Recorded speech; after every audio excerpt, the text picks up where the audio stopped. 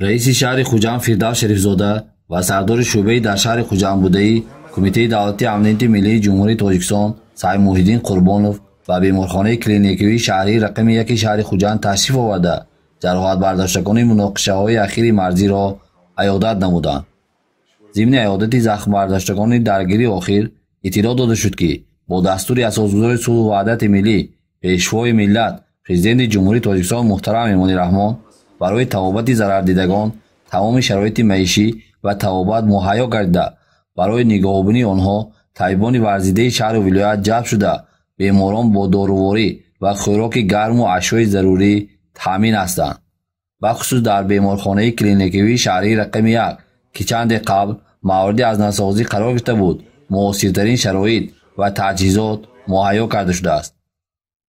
عسکران و افسران و ساکنان محلی که در نتیجه عمل مسلحانه جانب قرقیزستان جراحت‌های گوناگون برداشتند اظهار داشتند که با هر یک قطره خون خود سرزمین اجدادیشان را حفظ می‌نمایند، نمی‌گذارند که پای قدم ناخلف یگان دشمن به خاک مقدس تاجیکستان رسد. آنها افتخار دارند که شهروند جمهوری تاجیکستان میباشند.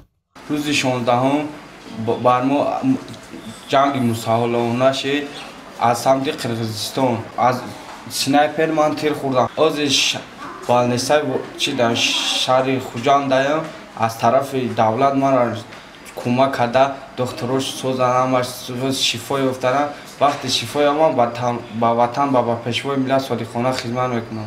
رفتیم که خیلی کمک رسانده ایستادگی بودیم که ابوالوس безпилотники که زداسگی بود ما کروگیم پیش مچتند ایستادگی بودیم. پیش مچتند قطار ماشینا بچه‌ها ایستادگی بود و یا بود ژیتلا بود بچه‌های فرمادار بود.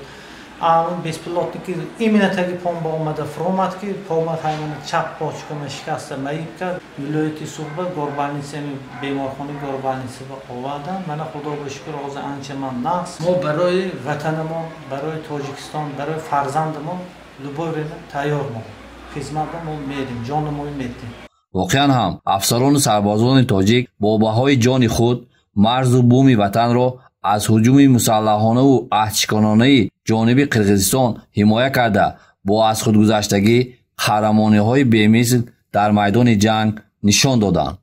یادآور می‌شویم که در نتیجه هجوم تجاوزکارانه نظامیان جمهوری قرقیزستان مخصوصاً طریق هواپیماهای بی‌سرنشین چندی از افسران و سربازان قسم‌های نظامی و اهالی آسایشته بخصوص کودکان و زنان جراحت گرفته بودند و در مؤسسه‌های تندرستی شهر و نواحی ولایت به طبابت فرا گرفته شدند.